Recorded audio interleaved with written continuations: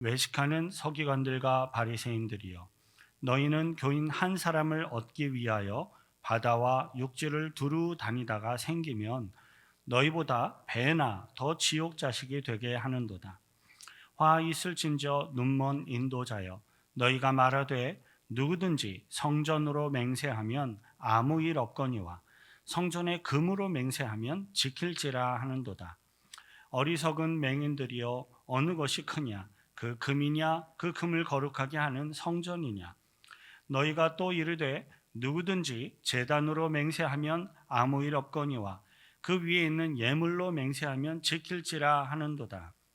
맹인들이여, 어느 것이 크냐? 그 예물이냐? 그 예물을 거룩하게 하는 제단이냐?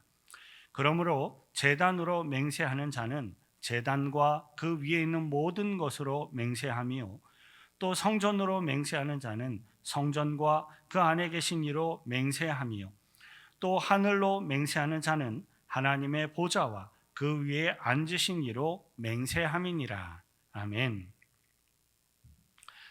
오늘 살펴보고자 하는 마태복음 23장의 내용은 화 있을진저 외식하는 서기관들과 바리새인들이여라고 7번에 걸쳐서 예수님이 저주를 선언하시는 내용을 담고 있습니다.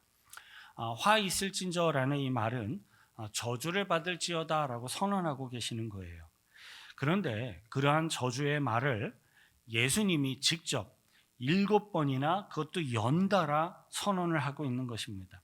때문에 여태껏 우리들이 살펴보아왔던 사랑과 긍휼이 많으신 예수님의 모습을 생각해 볼 때 오늘의 성경 본문은 전혀 다른 예수님의 모습을 보여주고 있는 거 아닌가라는 오해를 하기가 매우 쉽습니다. 하지만 예수님은 성경 전체를 통하여 항상 사랑과 긍휼이 많으신 동일한 하나님의 아들이십니다.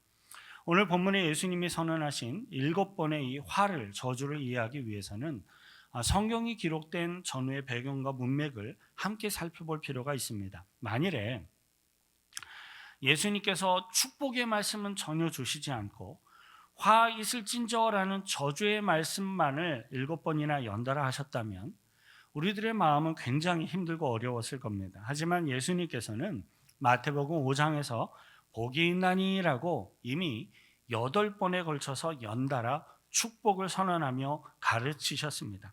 이 축복의 말씀을 화면을 따라 한번 같이 읽겠습니다. 마태복음 5장 3절부터 10절이에요. 심령이 가난한 자는 복이 있나니 천국이 그들의 것이며, 애통하는 자는 복이 있나니 그들이 위로를 받을 것이며, 온유한 자는 복이 있나니 그들이 땅을 기업으로 받을 것이며, 의에 줄이고 목마른 자는 복이 있나니 그들이 배부를 것이며, 긍휼히 여기는 자는 복이 있나니 그들이 긍휼히 여김을 받을 것이며, 마음이 청결한 자는 복이 있나니 그들이 하나님을 볼 것이며, 화평하게 하는 자는 복이 있나니 그들이 하나님의 아들이라 일컬음을 받을 것이며, 의를 위하여 박해를 받은 자는 복이 있나니 천국이 그들의 것임이니라. 아멘. 예수님께서는 저주하고 심판하기를 원하시는 분이 전혀 아니라 오히려 축복하며 구원하기를 원하시는 분이라는 것은 매우 분명합니다.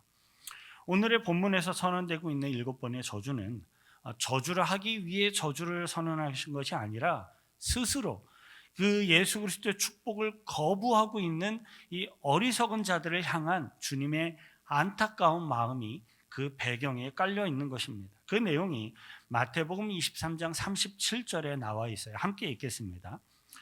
예루살렘아 예루살렘아, 선지자들을 죽이고 내게 파송된 자들을 돌로 치는 자여, 암탉이 그 새끼를 날개 아래에 모음같이 내가 내 자녀를 모으려 한 일이 몇 번이더냐. 그러나 너희가 원하지 아니하였도다. 예. 암탉이 그 새끼를 날개 아래에 모음같이 내가 내 자녀를 모으려 한 일이 몇 번이더냐. 예수님께서는 그의 백성들을 모두 다 죄악에서 건져내시고 구원하시기 위하여서 수없이 많은 선지자들을 이스라엘 가운데 보내셔서 말씀하셨고, 이제는 본인이 직접 인간의 몸을 입고 이 땅 가운데 찾아오셔서 이스라엘 백성들을 향하여, 주의 백성들을 향하여 말씀하고 계십니다. 예수님께서는 우리 모든 인간들의 죄악을 대속하시고 구속하셔서 영원한 천국으로 인도하시기를 정말로 간절히 원하시는 우리들의 구원자이십니다. 하지만 서기관들과 바리새인들처럼 자기들 스스로 그 축복을 거부할 뿐만 아니라 다른 이들까지 구원받지 못하게 가로막는 자들에게는 화 있을진저라는 저주와 심판이 선언될 수밖에 없는 것입니다. 저와 여러분들은 오늘 본문에 예수님이 경고하고 계시는 말씀을 듣고 깨달음으로써 저주를 받는 자들이 아니라 오히려 구원과 축복을 받는 주의 백성들이 되시길 축원드립니다. 본문 13절 다시 함께 읽겠습니다. 화 있을진저 외식하는 서기관들과 바리새인들이여, 너희는 천국 문을 사람들 앞에서 닫고 너희도 들어가지 않고 들어가려 하는 자도 들어가지 못하게 하는도다. 서기관과 바리새인들은 이 하나님의 말씀은 율법을 이렇게 풀어서 해석하는 그러한 책임을 맡은 자들이었고, 또 말씀을 지켜서 행하는 자들이었기 때문에 영적으로는 어떻게 보면 실제로 천국의 문에 열쇠를 맡은 자들과 같은 그러한 사람들이었습니다. 하지만 그들은 천국 문의 열쇠인 말씀의 축복을 본인들이 맡았음에도 불구하고 그 말씀의 축복을 사용하지 않고 오히려 천국 문을 굳게 닫아놓고 자신들뿐만 아니라 다른 이들까지 다 못 들어가게 막아버린 것입니다. 이러한 모습은요, 오늘날에 꽤 많은 교회 공동체 안에서도 어렵지 않게 발견할 수가 있습니다. 예수 그리스도를 믿고 구원을 받아서 교회 생활도, 교회도 다니고 예배도 드리는 크리스천인데 그 사람의 삶의 모습이 전혀 덕이 되지 못하고 오히려 세상 사람들보다 더 악한 경우가 실제로 존재하고 있습니다. 누구누구 목사, 장로, 집사, 권사를 보면 예수 믿고 싶은 마음이 전혀 들지가 않아라는 말을 듣게 되는 경우가 실제로 존재하고 바로 이러한 경우가 그렇습니다. 세례도 받았고 교회의 중요한 직분을 위임받은 사람이 그리스도의 빛과 소금의 역할을 감당하는 것이 아니라 오히려 악하여서 전혀 덕을 세우지 못하고 오히려 악하여서 세상 사람들이 주님께로 나오는 것을 가로막고 있다면 복음을 가로막는 그러한 장애물의 역할을 하고 있는 것입니다.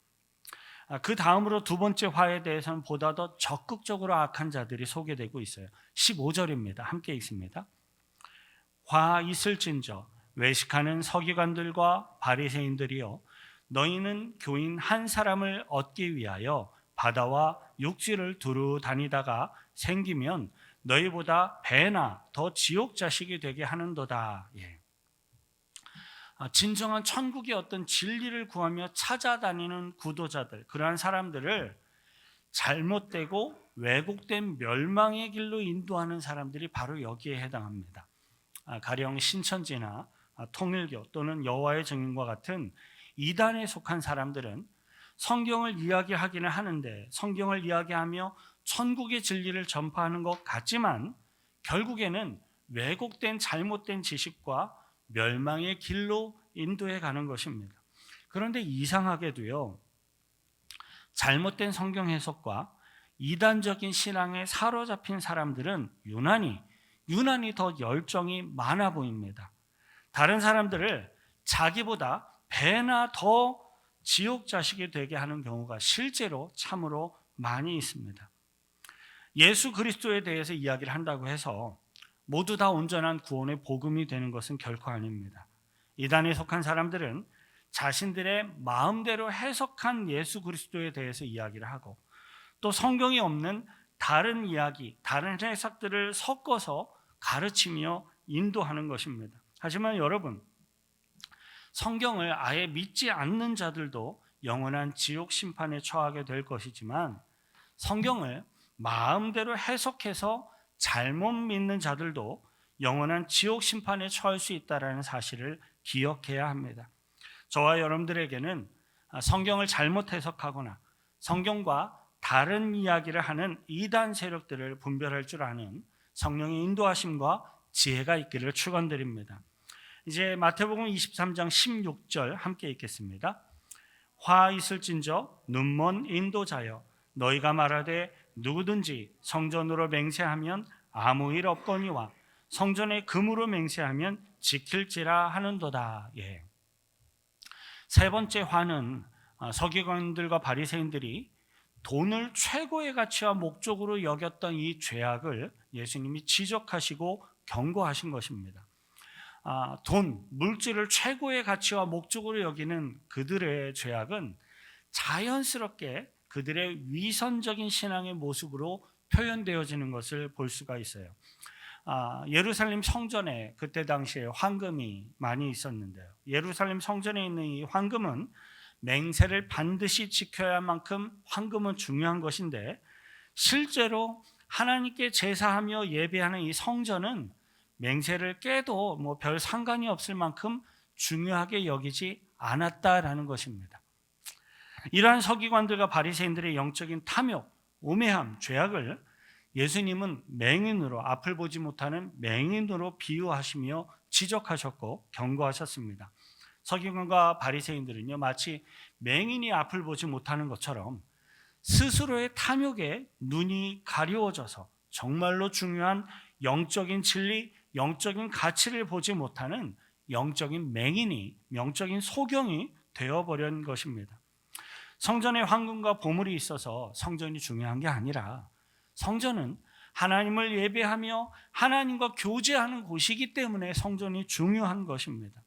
저와 여러분들에게는 구원자 되신 예수 그리스도가 우리들의 최고의 인생의 자리에 앉으셔서 우리들의 삶을 통치하는 믿음과 신앙적인 가치관이 세워져 있기를 축원드립니다. 마태복음 23장 23절을 함께 읽겠습니다. 화 있을진저 외식하는 서기관들과 바리새인들이여 너희가 박하와 회향과 근체의 11조는 들이되 율법에 더 중한 바 정의와 긍휼과 믿음은 버렸도다. 그러나 이것도 행하고 저것도 버리지 말아야 할지니라. 아멘. 네 번째 화는 진정한 어떤 신앙의 동기와 목적을 다 잃어버린 채로 율법적으로 죽은 신앙으로 이렇게 인도해 가고 있는 서기관과 바리새인들의 죄악을 경고하신 겁니다. 그 당시 이스라엘 사람들은요, 율법의 명령에 따라서 정말로 싫든 좋든 상관없이 율법적으로 11조를 드렸습니다. 하지만 본래 11조는 자신이 받은 바 은혜에 감사하여 자발적으로 주님 앞에 드리는 그러한 예물이었습니다. 아브라함이 전쟁에서 죽지 않고 이기고 돌아오는 그 길에 멜기세덱을 만나게 되었는데, 아브라함이 너무나도 감사해서 자신이 전쟁에서 이기고 노획한 그 노획의 노획물의 10분의 1을 떼어서 드린 것이 성경에 기록되어 있는 가장 첫 번째 11조의 모습이었습니다. 11조의 예물은 그 하나님의 은혜 앞에 감사하는 믿음과 신앙을 훈련하기 위해, 그리고 또 하나님 앞에 실제로 감사를 표현하기 위해 실제로 중요한 것이었습니다. 그래서 모세는 이 11조가 중요하니까 율법으로 그것을 규정을 하게 되었고, 11조는 하나님께 드리는 신앙적인 헌금으로 자리를 잡게 되었습니다. 그런데 11조의 이 율법이 서기관들과 바리새인들에 의해서 더 율법적으로 변해버리게 되었습니다. 23절을 보니까 토지 소산의 11조, 수확한 것의 11조를 드린 것이 아니라 박하와 회향과 근체의 11조를 드린다라고 기록해 놓은 것을 보면, 실제로 밥상에 오르는 양념과 음식의 11조까지도 율법으로 규정해서 지키고 있었던 거예요. 자신의 총 수입의 11조를 드릴 뿐만 아니라 디테일한 다양한 모든 것들의 11조를 또 다 떼어서 그것을 율법으로 정해놓고 11조를 드리게 하였던 것입니다. 그런데 그렇게 철저하게 율법적인 11조를 구별해서 바치도록 해놓고서는 정작 하나님이 원하시는 정의, 긍휼, 그리고 하나님을 향한 믿음은 버려버린 것입니다. 이러한 모습에 대해서 예수님께서는 24절에서 맹인된 인도자여 하루살이는 걸러내고 낙타는 삼키는도다 라고 아주 강하게 책망을 하셨습니다. 하루살이는 그때 당시에 부정한 곤충으로 인식되던 것이라 먹으면 안 되는 거였거든요. 근데 서기관과 바리새인들은 부정한 곤충으로 인식되던 하루살이가 혹시라도 자신들이 마시는 포도주에 빠져서 포도주를 마시는 동안 그 하루살이를 먹게 되면 자신들이 부정하게 되니까 그것을 방지하기 위해서 고운 천으로 이 포도주를 이렇게 걸러내는 습관과 문화가 있었다고 합니다. 하지만 그들은 역시 부정한 짐승인 낙타를 삼켜버리는 것과도 같은, 실제로 낙타를 삼키는 건 불가능합니다. 입이 아무리 커도 안 되겠죠. 근데 그것과도 같은 영적인 죄악을 스스로 합리화하며 행하고 있었다라는 거예요. 이에 예수님께서는 그러나 이것도 행하고 저것도 버리지 말아야 할지니라 라고 가르쳐 주셨습니다. 예수님께서는 열심을 다해서 헌금을 드린 것을 책망하신 것이 아니라 그 헌금과 함께 드려져야 할 정의, 긍휼, 믿음의 영적인 내용을 다 버려버리고 그것을 다 버려버리고 행하지 않는 그것을 책망하신 것입니다. 왜냐하면 우리들의 신앙생활에는요, 이 모든 것들이 다 필요하고 다 중요한 것이기 때문에 그래요. 저와 여러분들은 우리들의 보여지는 신앙생활의 모습도 갖고 있고 또 그 믿음과 중심과 삶 가운데 행하는 실천도 다 놓치지 않기를 바랍니다. 다섯째 화와 여섯째 화는 그 의미상 같은 맥락을 강조하고 있어요. 마태복음 23장 25절과 27절을 함께 읽겠습니다. 화 있을진저 외식하는 서기관들과 바리새인들이요 잔과 대접의 겉은 깨끗이 하되 그 안에는 탐욕과 방탕으로 가득하게 하는도다. 27절 화 있을진저 외식하는 서기관들과 바리새인들이여 회칠한 무덤 같으니 겉으로는 아름답게 보이나 그 안에는 죽은 사람의 뼈와 모든 더러운 것이 가득하도다. 그 당시 바리새인들과 서기관들은 겉으로 보기에는 굉장히 깨끗하고 실제로 거룩해 보이고 아름다운 것처럼 보였지만 그들의 중심의 생각과 마음에는 온갖 더러운 탐욕과 교만과 정욕이 가득한 자들이었습니다. 27절에서 회칠한 무덤이라는 이 표현을 우리들이 충분히 이해하기 위해서는 조금 더 설명이 필요한데요. 민수기 19장 16절 같이 함께 읽겠습니다. 누구든지 들에서나 칼에 죽은 자나 시체나 사람의 뼈나 무덤을 만졌으면 2일 동안 부정하리니. 방금 읽은 민수기 19장 16절의 말씀처럼 죽은 시체나 혹은 무덤에 이렇게 접촉한 사람은 부정하게 되었는데 그것도 7일 동안이나 부정하게 되었는데 그렇게 부정하게 되어서 중요한 제사와 성회에 참여하지 못하는 일들이 일어나게 되었던 겁니다. 그런데 예루살렘 도시 주위에는 유난히 무덤이 제법 많이 있었기 때문에 1년에 한 번씩이라도 중요한 유월절과도 같은 절기를 지키기 위해 먼 거리에서부터 예루살렘 성전에 제사하기 위해 찾아오는 사람들이 자칫 부정하게 되어 이 제사나 거룩한 절기에 참여하지 못하게 되기가 쉬웠습니다. 그래서 이스라엘 사람들은 저 멀리에서부터 무덤을 명확하게 잘 볼 수 있도록 하기 위해서 무덤에 회칠, 즉 석회로 칠을 해서 하얗게 만드는 풍습이 있었다고 합니다. 우리들이 흔히 이야기하는 석회는 하얀색이고요. 굳으면 딱딱해지고요. 그리고 멀리서 보면 빛을 반사를 합니다. 석회로 칠을 한 무덤은 먼 거리에서부터 하얀색으로 보여 잘 피해갈 수 있는데 그런데 이렇게 회칠한 무덤이 밝은 낮에 어떤 각도에서 햇빛에 비치면 매우 찬란하고 아름다운 장관으로도 보여지기도 합니다. 그런데 그 무덤 안에는 찬란하게 보여지는 그 무덤 안에는 부정하게 여겨지던 죽은 사람의 시체가 있었던 겁니다. 서기관과 바리새인들이 겉으로 보기에는 거룩해 보이고 아름다워 보이도록 꾸미고 있지만 그들의 생각 중심에는 더러운 탐욕이 가득 차 있는 것이 마치 회칠한 무덤과도 같았던 것입니다. 특별히 하나님 앞에서 살아계신 중심을 꿰뚫어 보시는 그 하나님 앞에서 자신들의 믿음과 자신들의 신앙을 외식적으로 치장하고 있었던 서기관과 바리새인들의 이 영적인 죄악은 정말로 가증스러운 것이었기에 예수님이 더욱더 저주하며 경고하셨습니다. 그리고 그 당시에 서기관과 바리새인들의 이 외식적인 죄악은 더욱더 어처구니 없을 만큼 가증스러운 모습으로 자리를 잡게 되는데요. 그것이 7번째 화로 선언되어집니다. 마태복음 23장 29절부터 30절이 함께 있습니다. 화 있을진저 외식하는 서기관들과 바리새인들이여, 너희는 선지자들의 무덤을 만들고 의인들의 비석을 꾸미며 이르되, 만일 우리가 조상 때에 있었더라면 우리는 그들이 선지자의 피를 흘리는데 참여하지 아니하였으리라 하니. 그 당시의 서기관과 바리새인들은 자신들의 어떤 외식적인 의로움을 드러내기 위하여서 자신의 조상들에 의해서 죽임을 당하였던 의로운 선지자들의 무덤을 더욱더 크고 더욱더 화려하게 만들고 꾸미는 일에 굉장히 많은 열심을 갖고 있었다고 합니다. 자신들의 조상은 의로운 선지자들을 죽이는 악한 자들이었을지라도 자신들은 그 조상들과는 다르게 거룩하고 의로운 자들이다라는 것을 이렇게 드러내며 보여주고자 하였던 것입니다.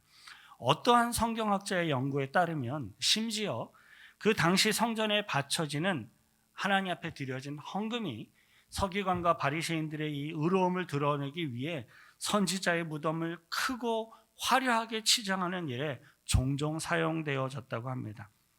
이토록 가증스럽게까지 느껴지는 서기관들과 바리새인들의 외식하는 죄악에 대해서 예수님께서는 매우 강한 표현으로 저주하시며 경고하셨습니다. 마태복음 23장 33절부터 35절에 함께 읽겠습니다. 뱀들아, 독사의 새끼들아, 너희가 어떻게 지옥의 판결을 피하겠느냐? 그러므로 내가 너희에게 선지자들과 지혜 있는 자들과 서기관들을 보내매 너희가 그 중에서 덜어는 죽이거나 십자가에 못 박고 그 중에서 덜어는 너희 회당에서 채찍질하고 이 동네에서 저 동네로 따라다니며 박해하리라. 그러므로 의인 아벨의 피로부터 성전과 제단 사이에서 너희가 죽인 바라가의 아들 사가랴의 피까지 땅 위에서 흘린 의로운 피가 다 너희에게 돌아가리라.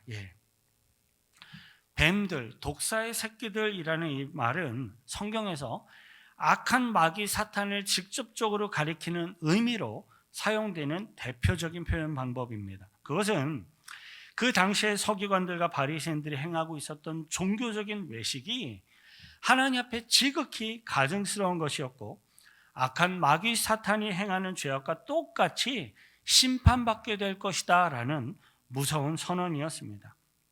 실제로 예수님의 예언처럼 실제로 서기관과 바리새인들은 사도들 그리고 초대교회 성도들을 핍박하게 되었고 그들을 박해하며 죽이는 당사자들이 되었습니다. 그리고 그들의 죄악은 지옥 심판으로 형벌을 치르게 되었습니다. 사랑하는 성도 여러분, 우리들을 구원하신 예수님은요 정말로 사랑과 긍휼이 한없이 많으신 분이세요. 하지만 그 하나님의 은혜 앞에서도 끊임없이 가증스러운 외식과 탐욕으로 범죄하며 하나님의 은혜를 거부하는 자들에게는 결국에는 지옥의 심판이 선언될 수밖에 없는 것입니다. 지금은 회개와 구원의 기회가 있는 은혜의 때, 은혜의 시간입니다. 하지만 곧 언젠가는 심판의 때가 반드시 임할 것입니다. 저와 여러분들은 오늘 본문 가운데 선언되고 있는 예수님의 이 경고의 말씀을 우리들, 저와 여러분들 스스로에게 묵상하며 적용해 봄으로써 우리들은 저주가 아니라 하나님의 축복과 구원을 누리는 성도들이 되시기를 축원드립니다. 우리 한번 같이 기도하십시다. 기도하실 때 하나님, 예수님이 선언하신 7가지의 화의 이 죄악들이 혹여라도 나의 생각과 마음과 삶의 태도 가운데 묻어있지는 않은지요. 점검하게 하시고 돌아보게 하시고 철저하게 회개할 것이 있다면 회개하며 돌이키게 하셔서 주님이 말씀하신 화를 당하는 자들이 아니라 주님의 은혜로 은혜를 받고 구원받고 주님의 성도들로서 복음을 증거하는 자들로 살아갈 수 있게 해달라고 우리 같이 함께 기도하겠습니다. 거룩하신 그 주여 하나님 아버지요, 감사와 찬송과 찬양을 드립니다.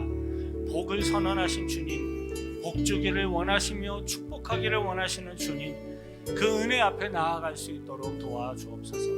하지만 예수님이 아무리 복 주길 원하시고 축복하여 주시길 원하도 우리들 스스로가 그 은혜를 거부하며 끊임없이 지속적으로 배신하고 있다면 결국에는 영원한 지옥의 심판에 처할 수밖에 없다는 것을 우리는 확실하게 깨닫고 다시금 확인합니다. 주님, 혹여라도 우리들의 생각과 마음과 심령과 삶 가운데 예수님이 말씀하신 이 무서운 화에 해당하는 죄악들이 있지는 않은지요, 점검하게 하시고 회개할 것이 있다면 철저하게 회개하며 돌이키게 하셔서 오직 주님의 은혜와 축복 앞에, 구원하심 앞에 나아갈 수 있도록 도와주시고 인도하여 주옵소서. 하나님 아버지, 외식하는 죄악에 빠져있던 서기관과 바리새인들을 향한 예수님의 엄중한 경고의 말씀을 들으면서 우리들 스스로를 돌아보며 하나님의 은혜를 구합니다. 우리들 각자가 회개해야 할 죄악은 깨닫게 하시고 즉각적으로 또 회개하게 하셔서 예수 그리스도의 구속의 은혜 앞에 믿음으로 나아갈 수 있도록 인도하여 주옵소서. 그래서 우리들에게는 화 있을진저라는 무서운 저주의 말씀이 아니라 복이 있나니라는 축복의 선언의 말씀이 성취되어지고 또 우리들의 삶 가운데 그것이 열매 맺도록 인도하여 주옵소서. 우리들은 복이 있는 거룩한 성도의 삶을 살게 하셔서 예수 그리스도의 복음을 증거하게 하시고 하나님 홀로 영광 거두어 주옵소서. 우리를 구원하신 예수 그리스도의 이름으로 기도하옵나이다. 우리들에게 복 주길 원하시는 그 하나님의 은혜 앞에 감사의 박수로 영광 돌려드리겠습니다.